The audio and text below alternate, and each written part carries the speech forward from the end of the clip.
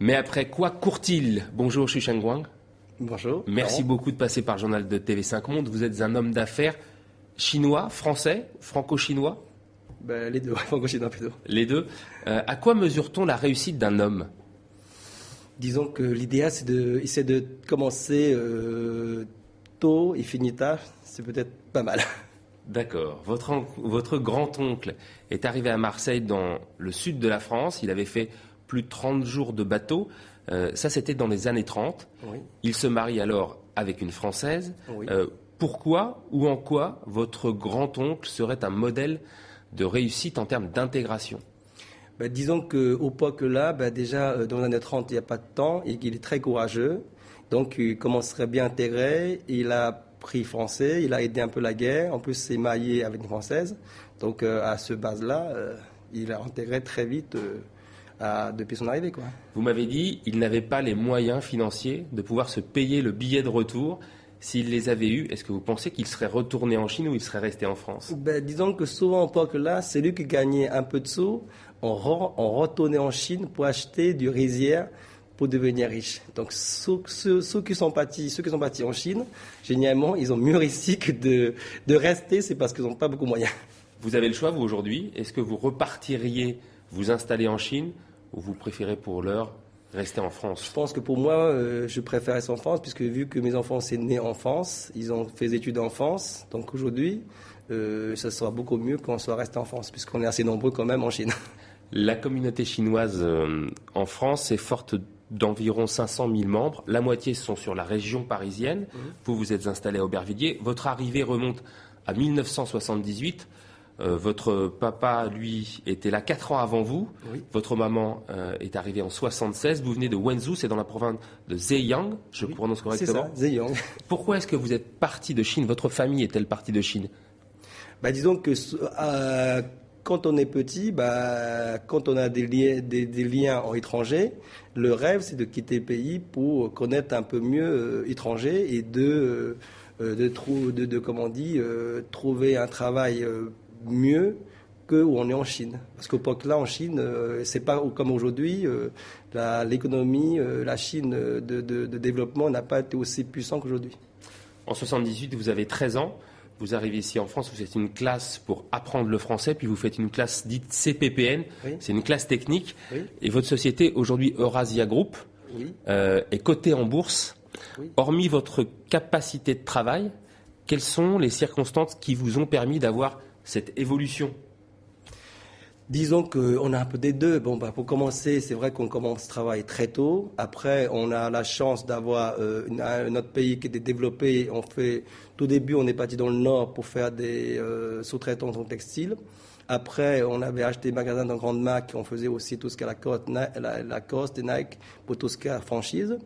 Après, une fois que c'était bien avancé, on est reparti au pays pour faire tout ce qu'il y a d'importation, pour tout ce qu'il y a de chaînes de magasins comme Pinky, Promode, Kiabi. On travaille pour eux. Donc, ça nous a quand même bien aidé, quoi. Peu d'études pour vous. Vos enfants, en revanche, font des études. Est-ce que c'est obligatoire aujourd'hui pour vous de faire des études ou vous considérez qu'on peut encore réussir sans aucun diplôme ? Disons qu'avec un diplôme, c'est sûr que c'est meilleur, mais ce qu'on n'a pas, il faut faire avec, travailler plus d'heures que les autres, puisque vu qu'on a moins de diplômes, donc il faut faire plus de travail pour attraper ce qu'on n'a pas fait.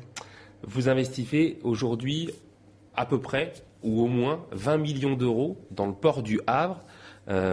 Les capitaux sont français et chinois. Qu'est-ce que vous allez y faire ? On va s'occuper pour mieux développer le port au Havre, vu que c'est un investissement qui était prévu avec le port de Havre, avec le service de développement du Havre qui souhaitait qu'on soit là-bas pour mieux développer. À Aubervilliers, on a quand même un secteur qui était très bien déjà développé au niveau économique et des boutiques showrooms pour vendre en Europe entière. Alors, ça veut dire que c'est la municipalité du Havre qui est venue vous chercher ?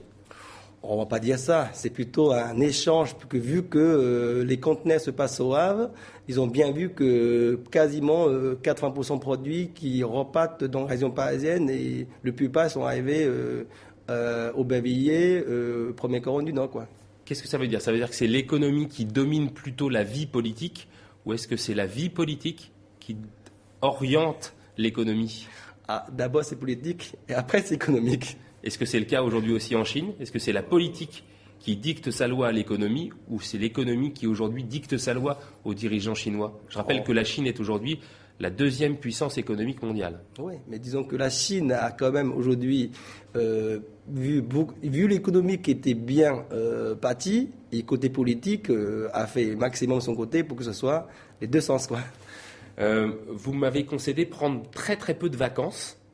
Vous m'avez dit que certaines années, vous avez fait jusqu'à 20 allers-retours entre la Chine et l'Europe, donne souvent des leçons sur les droits de l'homme à Pékin.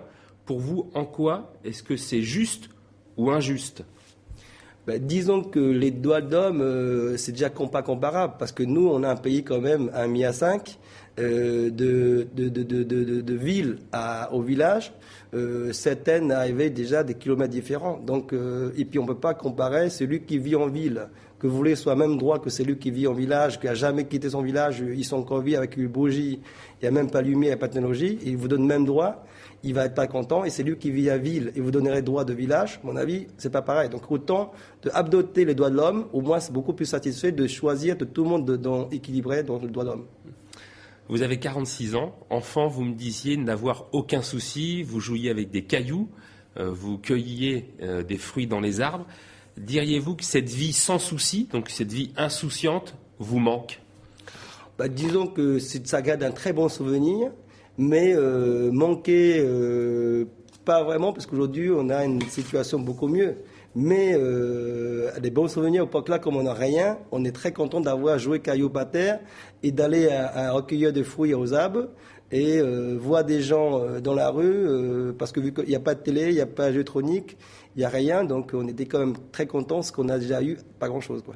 Avant de faire votre réussite, vous avez travaillé dans le restaurant de vos parents. Oui. Le président Sarkozy loue souvent l'intégration réussie de la communauté asiatique, donc ça englobe tous les Asiatiques en France. Qu'est-ce que vous en pensez, vous ?